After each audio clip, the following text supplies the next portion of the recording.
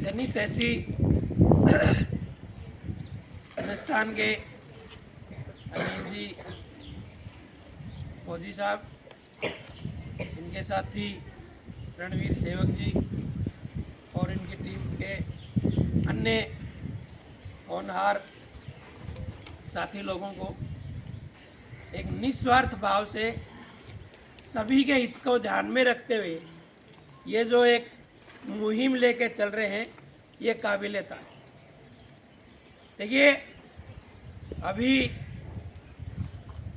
Oxygen और carbon dioxide दो गैसों से आप लोग खूब परिचित हैं। कार्बन डाइऑक्साइड गैस हमारे शरीर को नुकसान पहुंचाती है और ऑक्सीजन गैस हमारे शरीर को जिंदा रखती। आज वाहन बहुत ज़्यादा हो गए, फैक्ट्रियां बहुत ज़्यादा हो गई। इस कारण से क्या है, पर्यावरण में ऑक्सीजन की मात्रा घट रही है और कार्बन डाइऑक्साइड की मात्रा बढ़ रही है। कुछ और भी नुकसानदायक गैसें हैं, वो भी बढ़ रही है। वो सब तो कहाँ से बढ़ रही हैं? वाहन ज़्यादा हो गए, वाहनों में पेट्रोल डीजल जलता है, उससे बहुत सारी गैसें निकलती। फैक्ट्रियों में बहुत सारे केमिकल का यूज होता है, उनकी आपस में रिएक्शन होती है, उसकी वजह से बहुत सारी हानिकारक गैसें निकलती हैं और वो वातावरण में फैलती। वो वातावरण में जो ऑक्सीजन है उसके साथ घुल मिल जाती हैं और हम जो श्वास के जरिए अंदर हमारे शरीर में जो ऑक्सीजन जाती है उसके साथ वो गैसें भी जाती हैं।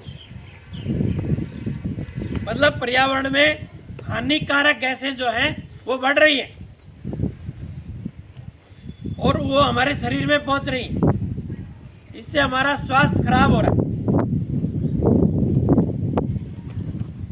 आज आप देखिए, कैंसर के रोगी बहुत ज़्यादा बढ़े। उसका सबसे बड़ा कारण यही है, ऑक्सीजन का कम हो जाना। कोरोना काल में अभी आपने बहुत सुना होगा कि ऑक्सीजन का लेवल 93% से कम आते ही व्यक्ति का जीवन खतरे में आ जाता। 97, 98, 99% किसी का होता था, वो बढ़िया रहता था।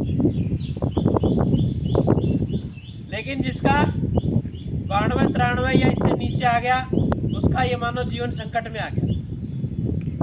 हॉस्पिटल में ले जाओ, भर्ती कराओ, वहाँ उनका इलाज कराओ, वहाँ सिलेंडर लगाओ, तब बड़ी मुश्किल से जाके कुछ लोगों की जान बच पाई, कुछ की नहीं बच पाई। तो अनिल जी सेना में कार्यरत हैं। सेना में रहते हुए हमारी विदेशी जो दुश्मन है उनसे रक्षा करते हैं। सेना नहीं हो तो हम सुरक्षित नहीं है। पाकिस्तान, चाइना और दूसरे दुश्मन देश हमारे ऊपर अटैक कर सकते हैं, हमारे घर मकानों को ढा सकते हैं, हमारी जान खतरे में पड़ सकती है, बहुत सारी दिक्कतें आ सकती हैं यदि सेना नहीं हो। तो अनिल जी पहला बढ़िया काम ये कर रहे हैं कि दुश्मन देशों से हमारी रक्षा कर रहे हैं, सेना में नौकरी कर।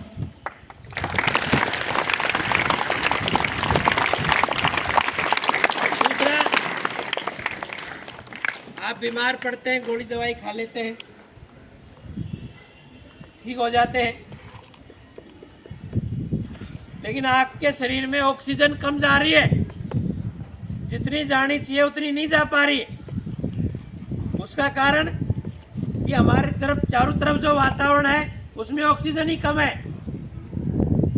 अब ऑक्सीजन का कोई कैप्सूल आता नहीं कि आप गए मेडिकल की दुकान पे, ऑक्सीजन का कैप्सूल लिया और निगल लिया, कि आपके शरीर में वो ऑक्सीजन की कमी नहीं रहेगी। ऐसा नहीं। इसका एक ही उपाय है,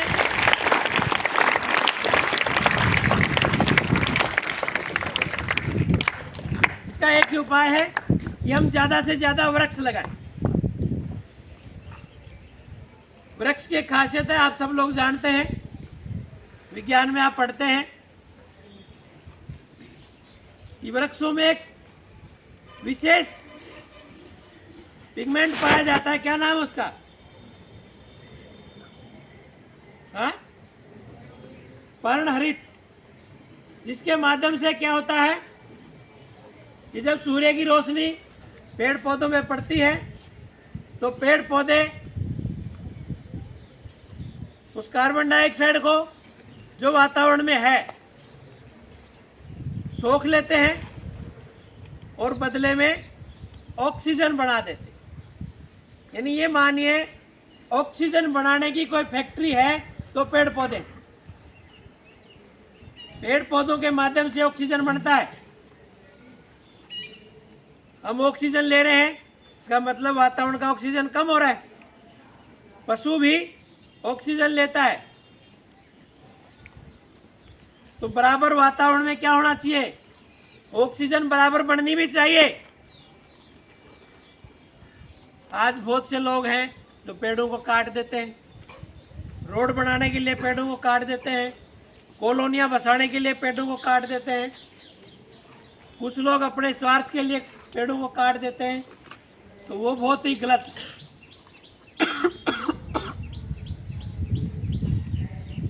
अब कौन पेड़ काट देगा, कौन क्या करेगा, उसका तो पता नहीं चलता। हम किसको रोकें पता नहीं चलता, कैसे रोकें, बड़ी ज़्यादा शक्ति चाहिए। तो उसका मुकाबला करने के लिए अनिल जी ने एक अच्छी मुहिम शुरू करी कि वहाँ सैनिक से विदेशी सैनिकों से लड़ना है और यहाँ पे जो पेड़ों को काट रहे हैं उनसे लड़ना है। वो 100 पेड़ काटेंगे, वो 100 पेड़ काटेंगे, हम 1000 पेड़ लगाएंगे, तो मामला क्या हो जाएगा?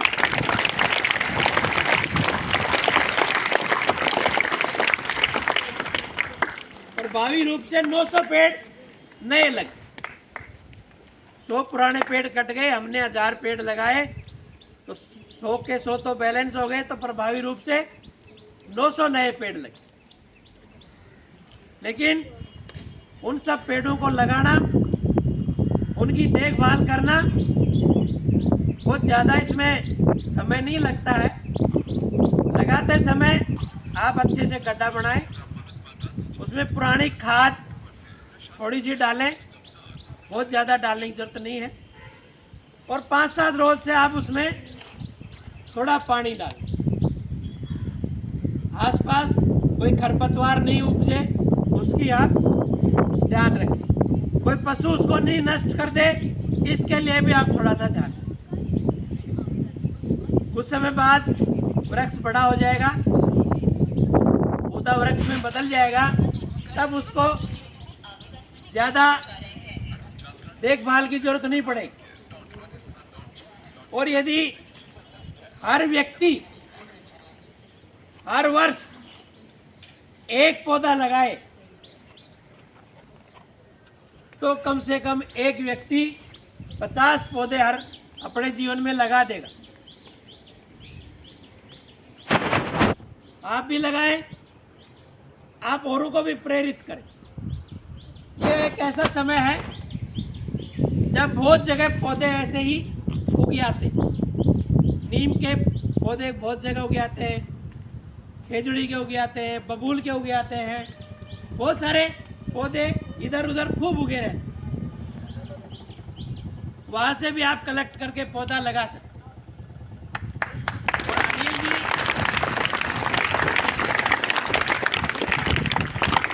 का समर्पण देखिए, त्याग की भावना देखिए। सेना में रहते हैं, कम समय मिलता है, छुट्टियां बहुत कम मिलती है सैनिक, तो भी ये इस मौसम में छुट्टी लेके आते हैं और अपने पैसे से वृक्ष पौधा खरीदते हैं। इनको फ्री में नहीं मिल रहा है पौधा, ये पैसा देके पौधा खरीद रहे हैं, आप लोगों को बांट रहे हैं, निस्वार्थ भाव से सेवा कर रहे हैं। ये निस्वार्थ भाव की जो इनकी सेवा है, ये विफल नहीं होनी चाहिए। ये सफल कब होगी? जब इनके द्वारा दिया गया पौधा हम वृक्ष में बदल देंगे, तब इनकी सही मायने में इनकी जो मेहनत है वो सफल होगी।